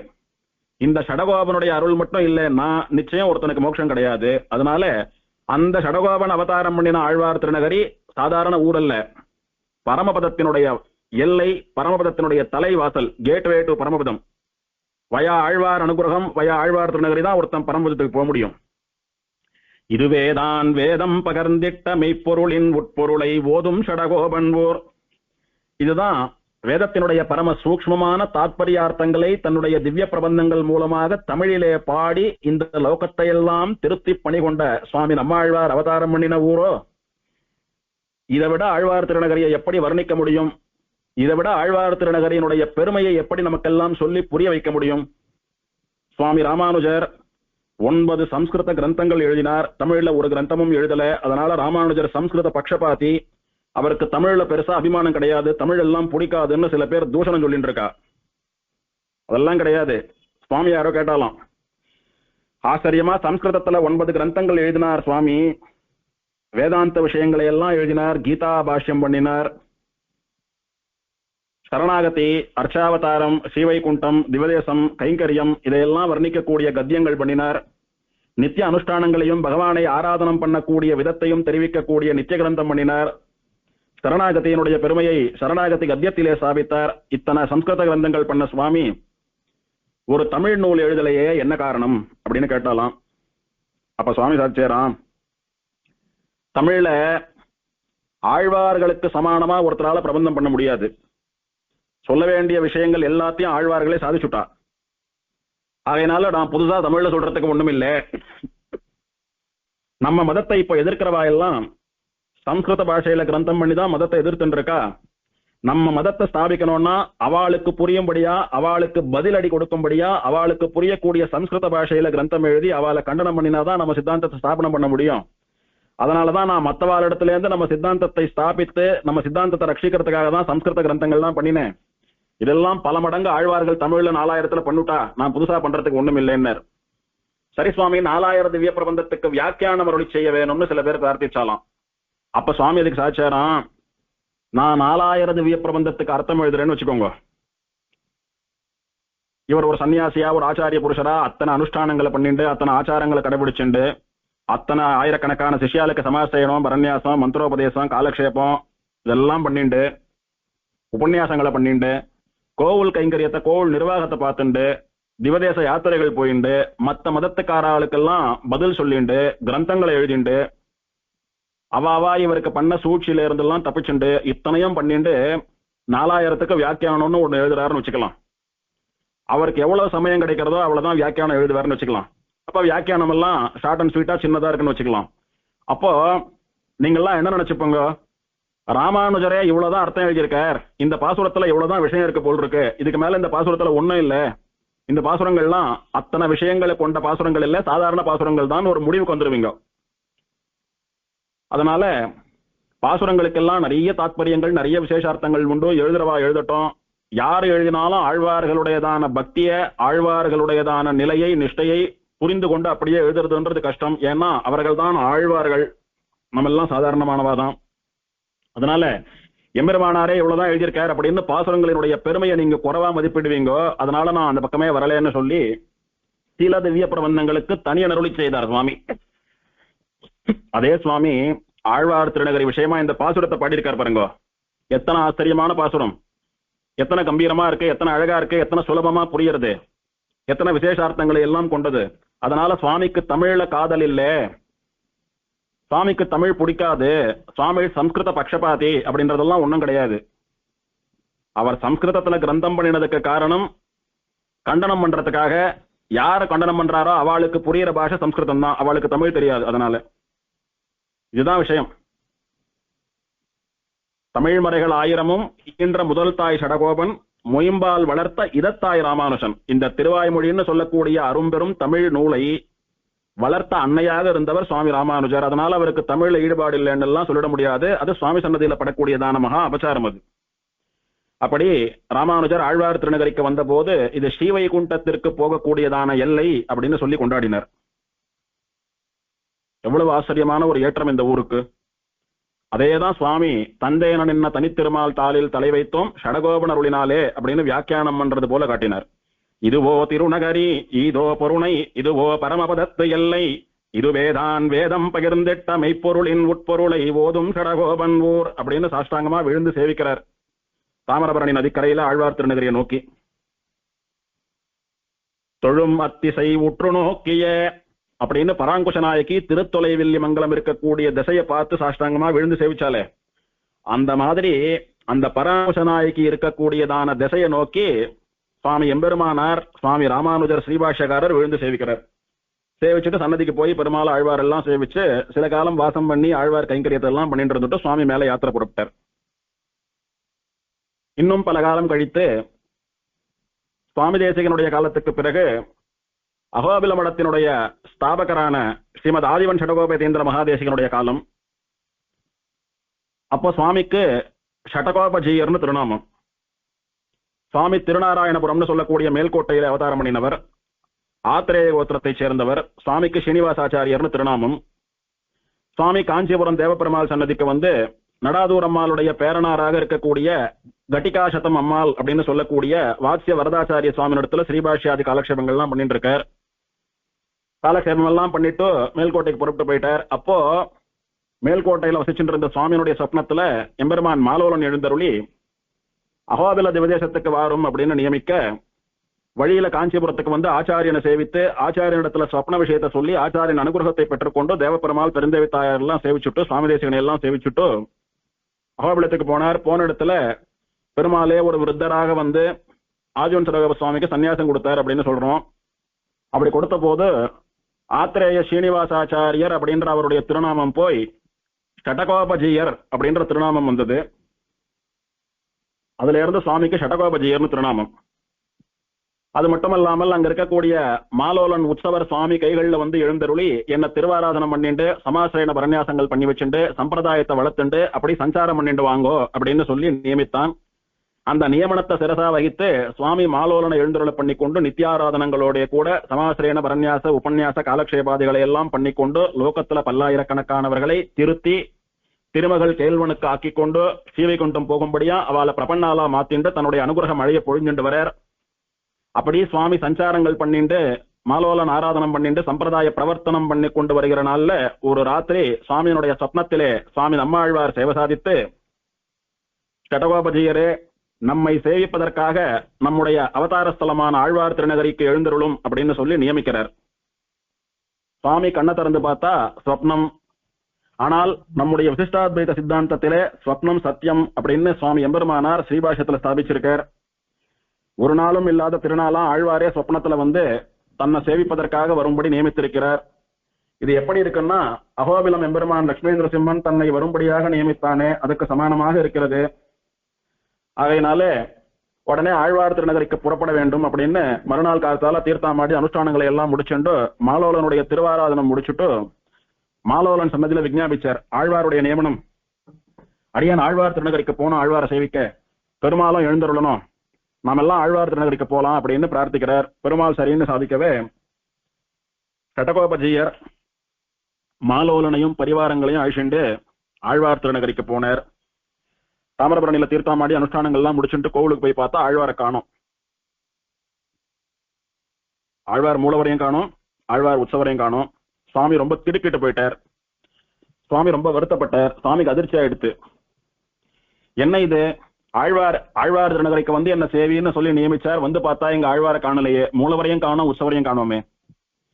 திருப்புலி ஆழ்வாரை மட்டும் சேவை சாதிச்சார். திருப்புலி ஆழ்வாரை சேவிச்சுட்டு அங்கே யோகத்திலே எழுந்தருளி இருந்த ஆழ்வாரை தியானம் பண்ணி சேவிச்சு பிரதட்சணம் பண்ணிட்டு சுவாமி அப்படியே கனத்த இதயத்தோட கூட வந்து உட்கார்ந்து விட்டார்.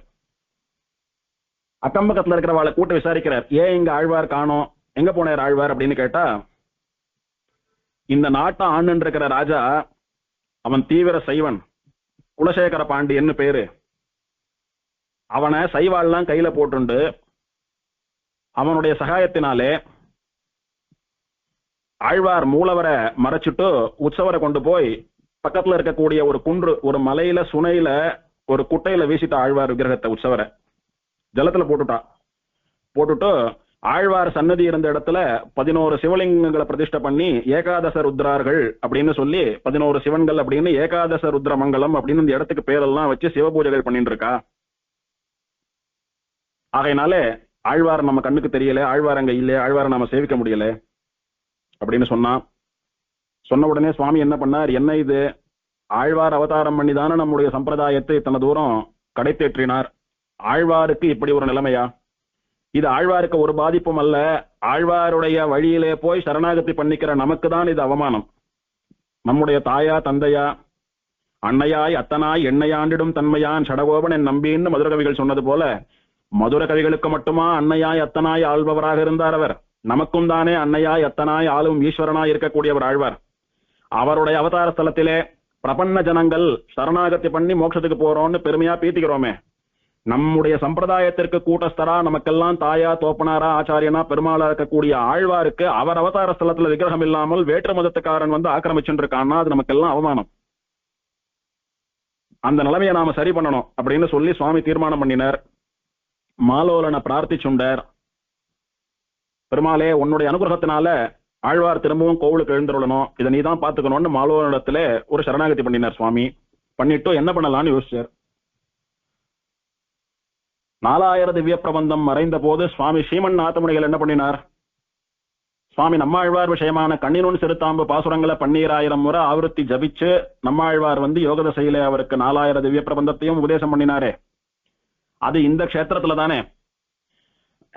அப்பேற்பட்ட விசேஷ மந்திரமாக இருக்கக்கூடியது கண்ணினுன் சிறுத்தாம்பு.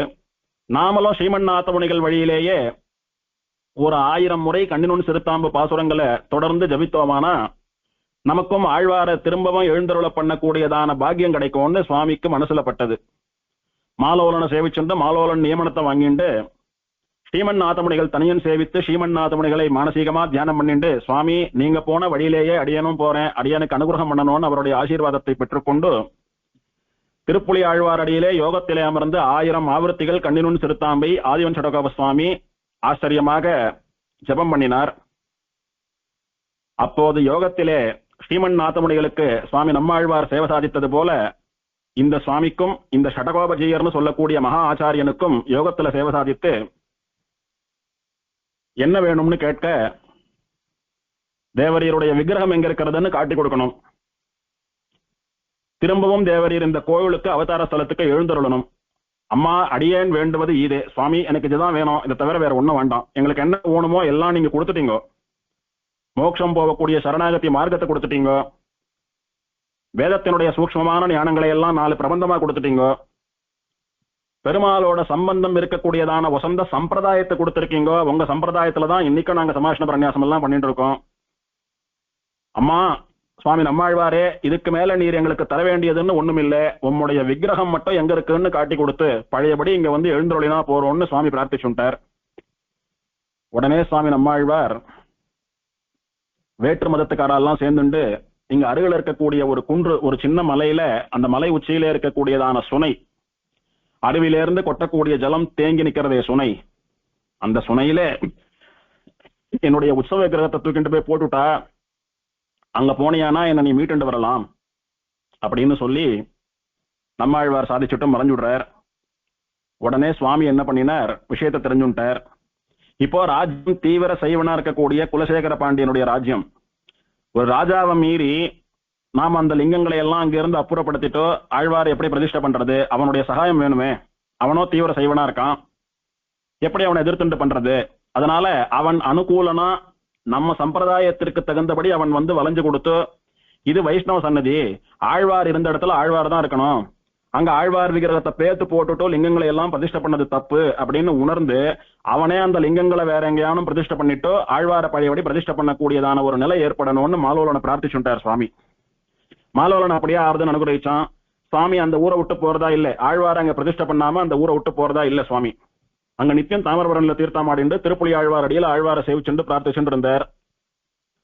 இப்படி ஒரு மகான் நிறைய பேருக்கு சமாஷ்ண பரநியாசங்களை எல்லாம் பண்ணிட்டு யோகத்துல ஆழ்வார் வந்து பேசினார் அவரோட. எப்படி ஸ்ரீமன்னாத முனிகளோட பேசி 4000 திவ்ய பிரபஞ்சத்தை உபதேசம் பண்ணினார்னு சொல்றாலோ ஸ்ரீவைஷ்ணவா, அந்த மாதிரி இந்த காலத்திலும் இந்த கரால கலியிலும் இந்த சுவாமியோட நம்ம ஆழ்வார் திருப்புலி ஆழ்வார் அடியில பேசினார். அது எல்லாரும் பார்த்தா அப்பேற்பட்ட மகான் ஒருத்தர் நம்ம ஊர்ல எழுதிருக்கார் அப்படின்னு அந்த ராஜாக்கு யாரோ சொன்னான். அவன் காதுல ஊழ்ந்தது சுவாமி அங்க இருக்கிற செய்தி. அப்படியா, அப்பேற்பட்ட மகானா? மகான்கள் யாரா இருந்தாலும் அவளை சேவிச்சு ஆசீர்வாதம் வாங்கிக்கணுமே, அப்பதானே நமக்கு நல்லது. இப்பவே அந்த சுவாமியை சேவிக்கிறதுக்கு புறப்படுறேன் அப்படின்னு சுவாமியை சேவிக்க வந்தான். சுவாமி அப்ப தாமிரபரணி நதிக்கரையில் அனுஷ்டானங்கள் பண்ணிட்டு இருந்தார். சுவாமியை போய் சேவிக்கலாம்னு போனா, அனுஷ்டானம் பண்ற போது யாரோடையும் பேசுறது இல்ல, அனுஷ்டானம் பண்றவாளை சேவிக்கிறதுக்கும் இல்ல.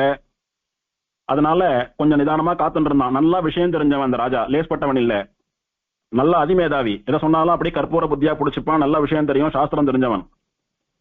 அனுஷ்டானம் பண்ணும் போது அவளை சேவிக்கிறதுக்கு இல்ல. அவ பெருமாள் திருவாராதனம் பண்ணி மற்றவாளோட பேசலான்ற சமயத்துலதான் நாம அவளோட பேச முடியும். அவெல்லாம் பரம ஸ்ரீ வைஷ்ணவா, பரமேகாந்திகள், சன்னியாசி, ஆச்சாரிய புருஷர் சுவாமி. அப்ராமணனான சத்திரியனான நம்மளோட இப்பெல்லாம் பேச மாட்டாருன்னு தெரிஞ்சுட்டான். காத்துட்டு இருந்தான். சுவாமி மாலோல ஆராதனம் எல்லாம் முடிச்சுட்டு அனுஷ்டானம் எல்லாம் முடிச்சுட்டு பிக்ஷை எல்லாம் ஆகி ஏகாந்தமா இருந்தார். அப்போ சுவாமியினுடைய சிஷ்யா போய் இந்த தேசத்தினுடைய ராஜா உங்களை பாக்குறதுக்காக காத்துட்டு இருக்கான் அப்படின்னு சொன்னான். யாருன்னா அங்க நிக்கிறானே அவன் தான் இந்த தேசாதிபதியான குலசேகர பாண்டியன் அப்படின்னு கை காட்டினான். அப்ப சுவாமி அவனை வர சொல்லுங்கன்னார். சுவாமியை போய் சாஷ்டாங்கமா விழுந்து சேவித்தான். சுவாமி, இப்பேற்பட்ட மகான் எங்க ஊருக்கு வந்து உங்களுடைய திருவடி எங்க ஊர்ல பட்டு நீங்க இந்த ஊர்ல இருந்துட்டு பெருமாள் திருவாராதனம் எல்லாம் பண்றது எங்களுக்கு பெரிய பாக்கியம். உங்களுடைய ஸ்ரீபாதம் பட்டதுனால எங்க ஊர் வந்து நல்ல நிலைமை அடைய போறது அப்படின்னு எனக்கு தெரியறது. உங்களை பார்த்தேன் தீர்த்தாமாடுறச்ச, என்ன ஒரு தேஜஸ், என்ன ஒரு அனுஷ்டானம், என்ன ஒரு ஸ்ரத்த. உங்களை பார்த்தா அப்படியே தங்க மாட்டமா ஜொலிக்கிறீங்க. அத்தனை தேஜஸ், அத்தனை பிரகாசம் உங்களுண்ட. இப்ப ஏற்பட்ட மகான்களை இது வரைக்கும் நான் பார்த்ததில்லை. சுவாமி, அடியேன ஆசீர்வாதம் பண்ணணும்னு விழுந்து சேவித்தான். சுவாமி ஆசீர்வாதம் பண்ணினார். மந்திராட்சதையை போட்டு ஆசீர்வாதம் பண்ணினார். பண்ணிட்டு சுவாமி, அடியனுக்கு ஏதாவது நல்ல விஷயங்கள் உபதேசம் பண்ணுங்கன்னு கேட்டான். அவன் ஸ்ரீ வைஷ்ணவன் அல்ல, சரணாகத்தியோ சமாசயனமோ பண்ணி கொண்டவன் அல்ல, ஒரு சாதாரண மனுஷன், தெய்வ நம்பிக்கை உள்ளவன், சாஸ்திர நம்பிக்கை உள்ளவன், அவ்வளவுதான். ஒரு ஆஸ்திகன், அவ்வளவுதான். அவனுக்கு என்ன சொல்லலாமோ அந்த மாதிரி நல்ல வார்த்தைகளை எல்லாம் சுவாமி உபதேசம் பண்ணினார். அதை கேட்டு நன்றியோட சுவாமியை சேவிச்சுட்டு போனான். தினமும் பெருமாள் சேவிக்கிற மாதிரி சுவாமி சன்னதிக்கு வந்து சுவாமி வாயால சில உபதேசங்கள் எல்லாம் கேட்டுட்டு போவான். அப்படியே சுவாமியினுடைய உபதேசங்களை கேட்க கேட்க சுவாமியினுடைய கட்டாட்சம், கருணை பார்வை அவன் மேல பட பட, சுவாமியினுடைய திருவாயிலிருந்து வரக்கூடிய வாக்குகள் அவன் காதுல பட பட அவனுக்குள்ள ஒரு மாற்றம் நிகழ்ந்தது. ஒரு நாள் என்ன பண்ணான், சுவாமி இவெல்லாம் என்னமோ பண்ணிக்கிறாளே உங்களண்ட, இதெல்லாம் என்ன அப்படின்னா, இதெல்லாம் சமாசயனம், பரநியாசம், இதெல்லாம் பெருமாளை அடைவதற்கு மோட்சம் போவதற்கான வழிகள். ஒரு ஆச்சாரியனை அடைஞ்சு இதெல்லாம் பண்ணிண்டா மோட்சம் கிடைக்கும் அப்படின்னு சுவாமி சொன்னார். உடனே அடியனுக்கும் அந்த மாதிரி பண்ண முடியுமா அப்படின்னு அவன் கேட்கறான்.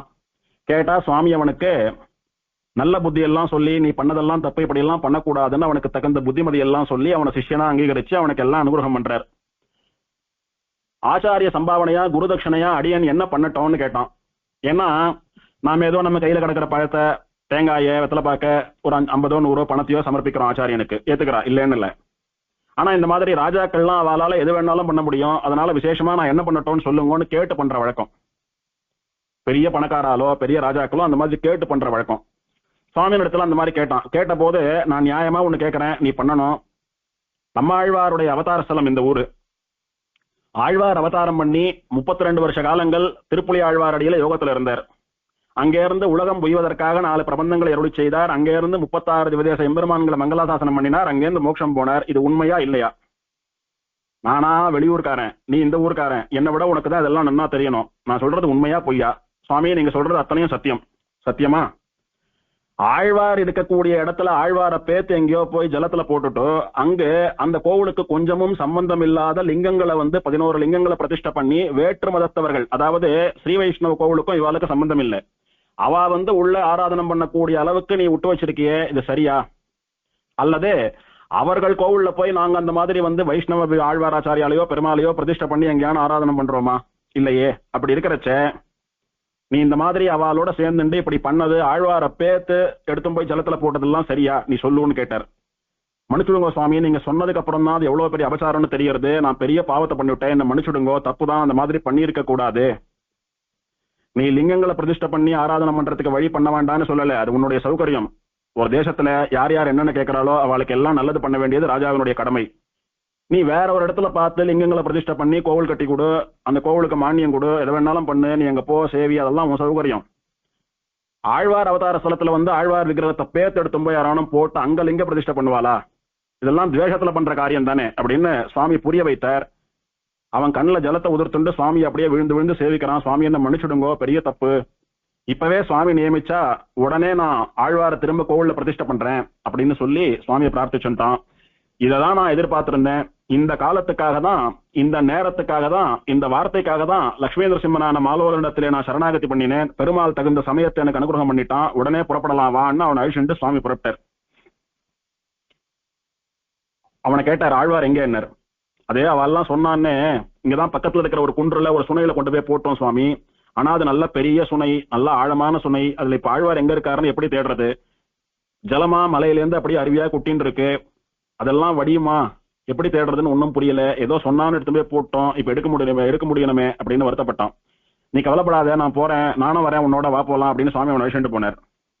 அங்க அழிச்சுட்டு போய் ஷடகோபஜீயர்னு சொல்லக்கூடிய நம்ம சுவாமி அப்படி கண்ணை மூடி தியானம் பண்றார். சுவாமி நம்மாழ்வார தியானம் பண்ணி கண்ணினுன் சிறுத்தாம்பு பாசுரங்களை சேவித்து, ஆழ்வாரே தேவையர் இருந்தாலும் அடியனுடைய கைக்கு எழுந்தருள வேணும், சுவாமி எங்க இருந்தாலும் என் கைக்கு வந்துடுங்கோ, நீங்களா வந்துடுங்கோ, எங்களால பரிசிரமப்பட்டு தேட முடியாது, மன்னிச்சுக்கோங்கன்னு சொல்லி பிரார்த்திக்கிறார்.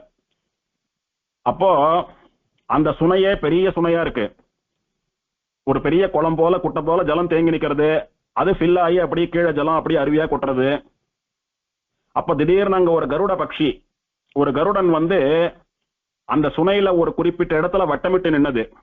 அப்போ இது கருத்மான் காட்டி தரக்கூடிய சுபசகுணம் அப்படின்னு சுவாமியும் ராஜாவும் மத்தவாலும் அந்த இடத்துக்கு போயிட்டா. அந்த இடத்துக்கு போய் நின்னதுதான் தாமதம். உடனே சுவாமி நம்மாழ்வாருடைய உற்சவ விக்கிரகம் அந்த ஆழமா இருக்கிற சுனையிலிருந்து தானே மிதந்து வந்து ஆதிவன் ஷடகோப சுவாமியினுடைய கையில வந்து உட்கார்ந்து நிறுத்து. உடனே சுவாமி அத்தனை சந்தோஷத்தோட கண்ணுல ஜலத்தை உதிர்த்துண்டு, இவர் நம் ஆழ்வார் அப்படின்னு சேர்த்து அணைச்சுட்டாராம் நம்மாழ்வாருடைய உற்சவ விக்கிரகத்தை. இவர் நம் ஆழ்வார், நம்முடைய ஆழ்வார், இவர் நம்ம பெருமாள், நம் பாணநாதன் அப்படின்னு எல்லாம் சுவாமி தேசிகன் சொல்றது போல நம் ஆழ்வார் இவர், நம்முடைய ஆழ்வார் இவர். இதோ வந்துட்டார் நம்ம கிட்ட. இப்போ பழையபடி அவரை பிரதிஷ்டை பண்ணி சேவிக்க போறோன்ற சந்தோஷத்தோட நம் ஆழ்வார் அப்படின்னு சுவாமி சேர்த்து அணைச்சுட்டாராம். அணைச்சுட்டு வந்து பழையபடி ஆதிநாத பெருமாள் சன்னதிக்கு வந்து அங்கிருந்த ஏகாதச ருத்ரர்களை எல்லாம் பெயர்த்து அவர்களை வேற இடத்துல பிரதிஷ்டை பண்ணும்படியா ராஜாவுக்கு நியமிச்சுட்டு அந்த இடத்த சுத்தி பண்ணி அங்க ஆழ்வாருக்கு பழைய போல ஆச்சரியமான மண்டபத்தோடைய கூட சன்னதி ஏற்படுத்தி அந்த சன்னதியிலே சுவாமி நம்மாழ்வாரை பிரதிஷ்டை பண்ணினார். மூலவருக்கு கல்திரையிட்டு மறைக்கப்பட்டிருந்தது. மூலவருடைய விக்கிரகமும் அந்த கல்தரை செவரெல்லாம் எடுத்துட்டு பிரதிஷ்டை ஆச்சு. இப்படி மூலவரையும் உற்சவரையும் சுவாமி ஆச்சரியமா பிரதிஷ்டை பண்ணிட்டாருங்க. இதனால பெருமாள் ஆதிநாதனுக்கு ரொம்ப சந்தோஷம். இத பண்ணிட்டு ஆழ்வாரை சேவிச்சுட்டு, ஆழ்வார் எங்கோ மறைந்திருந்தவர் நம்மளை கூட்டு நம்ம கையால இங்க எழுந்தருளினாரே, இப்படி ஒரு பாக்கியத்தை நமக்கு கொடுத்தாரேன்னு சுவாமி கண்கள்ல கண்ணீரை விட்டுண்டு நன்றி உணர்வோடைய கூட நம்மாழ்வாரை சேவிச்சு பிரதட்சணம் எல்லாம் பண்ணினார் சுவாமி. பண்ணிட்டு ஆதிநாத பெருமாளை சேவிக்கணும்னு சன்னதிக்கு போன போது பெருமாள் அப்படி ஆவேசமாகி பெருமாள் சாதிச்சேராம், உமக்கு இன்னில இருந்து வன் ஷடகோபஜீயர்னு பேர் கொடுக்கிறேன். நான் எனக்கு உயிரா, எனக்கு ஆத்மா வாட்டமா, எனக்கு பிராணனா இருக்கக்கூடிய சுவாமி நம்மாழ்வாரை தேடி கண்டுபிடிச்சு எடுத்துட்டு வந்து திரும்ப என்னிடத்துல ஒப்படைச்சிட்டீங்கோ. உம்முடைய வன்மை அப்படின்னு 3 சுழி எண்ணு போட்டா வள்ளல் தன்மைன்னு அர்த்தம். உம்முடைய ஔதாரியம் யாருக்கு வரும்? நீர் எத்தனையோ ஆத்மாக்கள் கடை தேர வேணும் என்று அவர்களுக்கு சமாசேனமா பண்றீர், எத்தனையோ ஆத்மாக்கள் மோட்சம் போகணும்னு அவளுக்கு பரநியாசமா பண்றீர், நிறைய பேருடைய அஜ்ஞானம் நீங்கி அவர்களுக்கு ஞானம் வர வேணும் என்று காலக்ஷேபமா சாதிக்கிறீர், உபன்யாசமா சாதிக்கிறீர். எல்லாத்துக்கும் மேல சுவாமி நம்மாழ்வாரே உம்ம கைக்கு வந்து சேர்ந்த பிறகும் அவரை பழையபடி என்னோட கொண்டாந்து சேர்த்து வச்சுட்டீர். இப்பேற்பட்ட வள்ளல் தன்மை, எதிலே வள்ளல் தன்மை? மற்றவர்களிடத்திலே இருக்கக்கூடிய காருண்யம், கருணையிலே, தயையிலே ஒரு வள்ளல் தன்மை, ஔதாரியம் யாருக்கு வரும்? உமக்கு தான் வரும். அதனால நீர் வெறும் ஷடகோபஜீயர் அல்ல, வன் ஷடகோபஜீயர், வள்ளலான, மற்றவர்களுக்கு இறங்கும் கருணை வள்ளலான, காரே கருணை ராமானுசன்னு சொன்னது போல கருணை மழையை மழை போல பொழியக்கூடிய வள்ளலான ஷடகோபஜீயர் அப்படின்னு வன் ஷடகோபஜீயர்னு பேர் கொடுத்தார். அதுல இருந்து சுவாமிக்கு வன்ஷடகோப சுவாமி, வன்ஷடகோபஜீயர்னு திருநாமம். என்னுடைய ஆத்மாவான ஆழ்வார திரும்ப கொண்டாந்து என்னோட சேர்த்துட்டீர். பெரிய வள்ளல் நீர், வன்ஷடகோபஜீயரே உமக்கு அருளப்பாடுன்னு பெருமாள் எல்லா மரியாதையும் கொடுத்தார். அன்னைக்கு பெருமாள் சன்னதியில விசேஷமா சுவாமிக்கு பரிவட்டம் எல்லாம் கட்டி மாலை மரியாதை எல்லாம் பண்ணி விசேஷமா பஞ்சமுத்திர சட்டாரி எல்லாம் சாதித்து தன்னுடைய சர்வ பிரசாதங்களையும் மரியாதைகளையும் பகுமானங்களையும் பெருமாள் சுவாமிக்கு பண்ணினான். அப்படி பெருமாள் சன்னதியிலேருந்து வெளியில வந்து சன்னதியை பிரதட்சணமா பண்ணிட்டு திருப்புலி ஆழ்வார் அடிக்கு வந்து திரும்பவும் ஆழ்வார் வந்து சன்னதியில சேவிக்கிறார். சேவிச்ச போது ஆழ்வார் சாதிக்கிறார், பெருமாள் உம்மை வன்ஷடகோபஜீயர் அப்படின்னு கொண்டாடினார். உம்மை ஷடகோபஜீயராக இருந்த உம்மை வன்ஷடகோபஜீயரா அனுகிரகம் பண்ணின பெருமாளுடைய திருநாமமான ஆதிநாதன் அப்படின்றதுல இருந்து ஒரு அம்சத்தை, ஆதின்ற பதத்தை எடுத்து உம்மை ஆதிவன் ஷடகோபஜீயர் என்று நான் அழைக்கிறேன் அப்படின்னு ஷடகோபஜீயரை ஆதிநாத பெருமாள் வன்ஷடகோபஜீயராக்க, வன்ஷடகோபஜீயரை சுவாமி நம்மாழ்வார் ஆதி வன்ஷடகோபஜீயர், ஆதிநாதனாலே வன்ஷடகோபஜீயர் என்று அழைக்கப்பட்ட சுவாமி அப்படின்னு ஆதிவன் ஷடகோபஜீயர், ஆதிவன் ஷடகோப சுவாமின்னு அவருக்கு பட்டம் கொடுத்தார். அதோடு கூட தன்னுடைய சின்னமான ஹம்ச முத்திரையை ஆதிவன் ஷடகோப சுவாமிக்கு பிரசாதமா அனுகிரகிச்சார். அதாவது பெருமாளுடைய சின்னம், பெருமாளுடைய கொடி கருடன், தாயாருடைய சின்னம், தாயாருடைய கொடி யானை. அந்த மாதிரி சுவாமி நம்மாழ்வார் முதலான ஆச்சாரியர்களுடைய சின்னம் ஹம்சம். ஹம்சத்தை போல பாலையும் தண்ணியும் சேர்த்து வச்சா கூட தண்ணியை ஒதுக்கிட்டு பாலை மட்டும் எடுத்துக்கிறது பாருங்க. அந்த மாதிரி சாரமில்லாத அல்ப வஸ்துக்களையும் சாரமான எம்பெருமானையும் சேர்த்து வைத்தாலும் கூட சாரமில்லாத லௌகீக வஸ்துக்களை எல்லாம் விலக்கிவிட்டு சாரமான எம்பெருமானையே கிரகிக்கக்கூடிய அம்சபக்ஷி போல இருக்கக்கூடியவர்கள் ஆழ்வார்கள், ஆச்சாரியர்கள், சன்னியாசிகள்லாம். அதனால அவளுடையதான சின்னம், அவளுடைய முத்திரை அம்சமுத்திரை. அதுபோல சுவாமி நம்மாழ்வாருக்கும் அம்சமுத்திரையே சின்னமா இருந்தது. என்னுடைய ஞாபகார்த்தமா இந்த அம்சமுத்திரை உம்மோடையே இருக்கட்டும்னு சொல்லி ஹம்சமுத்திரை பதித்த ஒரு கணையாழியை, ஒரு மோதிரத்தை சுவாமி நம்மாழ்வார் பிரசாதமாக அனுகிரகித்தார். அதை ஆதிவன் ஷடகோப சுவாமி வாங்கி சாத்தின்ட்டார். அன்னிலிருந்து இன்னைக்கு வரைக்கும் ஸ்ரீமத் அகோபில மடத்தினுடைய முத்திரையாக ஹம்சமுத்திரை இருக்கிறது. ஒரு சுவாமியும் ஸ்ரீமத் அழகிய சிங்கரா பட்டாபிஷேகம் பண்ணிக்கிற அன்னைக்கு அந்த ஹம்சமுத்திரையை எடுத்து விரல்ல சாத்தின்ட்டு ஸ்ரீவன் ஷடகோப ஸ்ரீஹி அப்படின்னு கையெழுத்து போடுவா.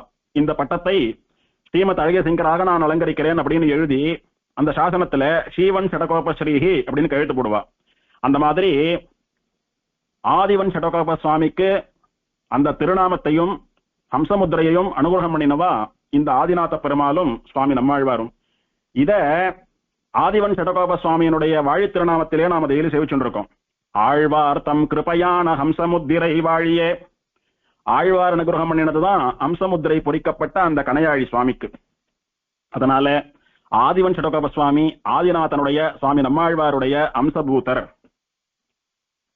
அதுல இருந்து அகோபில மடத்து சுவாமிகளுக்கெல்லாம் வன்ஷடகோபஜீயர்கள் அப்படின்னு திருநாமம். எந்த சுவாமியினுடைய திருநாமமா இருந்தாலும் ஸ்ரீவன் ஷடகோப ஸ்ரீ நாராயண தீந்திர மகாதேசிகன், ஸ்ரீவன் ஷடகோப ஸ்ரீ வேதாந்த தேசிக தீந்திர மகாதேசிகன் அப்படின்னு ஸ்ரீவன் ஷடகோப ஸ்ரீ அப்படின்னு இந்த வன் ஷடகோபமாகிற செல்வத்தை உடைய அரசர்கள் இவர்கள். அது என்ன வன் ஷடகோபமாகிற செல்வம்? வல்லலான ஷடகோப சுவாமியே என்று பெருமாளே தன் வாயால எல்லாருக்கும் எல்லா கருணைகளையும் பண்ணக்கூடிய பெருமாளே ஒருத்தரை பார்த்து தன்னுடைய வாயால கருணை வள்ளல்னு கூப்பிடுறானோ இல்லையோ. வசிஷ்டர் வாயாலே வாங்கின பிரம்ம ரிஷி பட்டத்தை விடவும் மேலானது இது. ஒரு கருணை வள்ளலே இன்னொரு சுவாமியை பார்த்து கருணை வள்ளலேன்னு சொல்றது. அந்த கருணை வள்ளல் பட்டமாகிற வன்ஷடகோபம் என்கிற செல்வத்தை தங்களுடைய சொத்தாக உடைய சுவாமிகள் அப்படின்னு ஒரு ஐசிங்கருக்கும் ஸ்ரீவன் ஷடகோப ஸ்ரீன்னு சொல்லிதான் திருநாமம் சொல்றது வழக்கம். அதனுடைய வெளிப்பாடா ஹம்சமுத்திரையும் ஸ்ரீசன்னதியினுடைய ஐசிங்கர்களினுடைய சொத்தாக இன்று வரைக்கும் இருக்கிறது. இப்படி ஆழ்வாருடைய கிருபையான ஹம்சமுத்திரையை ஏந்தி கொண்டிருக்கக்கூடிய ஆதிவன் ஷடகோப சுவாமியினாலே சுவாமி நம்மாழ்வார் சைவர்களாலே தூக்கி எறியப்பட்ட மலை சுனையிலிருந்து மீண்டும் ஆழ்வார் திருநகரிக்கு எழுந்தருளினார். அதிலிருந்து இன்னைக்கும் கூட ஆழ்வார் திருநகரியிலே சுவாமி நம்மாழ்வாருடைய அவதார உற்சவமான வைகாசி விசாகம் 10 நாள் பிரம்மோற்சவத்துல முதல் 3 நாள்கள் அகோபில மடத்த அழகிய சிங்கர்களுக்கு ஆழ்வார் மரியாதை. அதனால இன்னைக்கும் முதல் 3 நாள் உற்சவத்துல ஸ்ரீமத் அழகிய சிங்கரையும் பரிவாரங்களையும் அந்த ஊர்ல சேவிக்கலாம். அந்த 3 நாள் எம்பெருமான் மாலோலனங்க விசேஷமா தாமிரபரணி தீர்த்தத்தாலே திருவாராதனம் கண்டருளுகிறான். அதையும் சேவிக்கலாம். இன்னும் நிறைய வைபவங்கள் உண்டு. இதெல்லாம் அடுத்த உபன்யாசத்துல பார்க்கலாம். ஸ்ரீநகர்யாம் மகாபுர்யாம் தாமிரபர்ணியுத்தரே தட்டே திந்திரிணி மூலதாம்னே ஸ்ரீ ஷடகோபாய மங்கலம். சீரார்த்தூப்புள் திருவேங்கடமுடையான் திருவடிகளே சரணம்.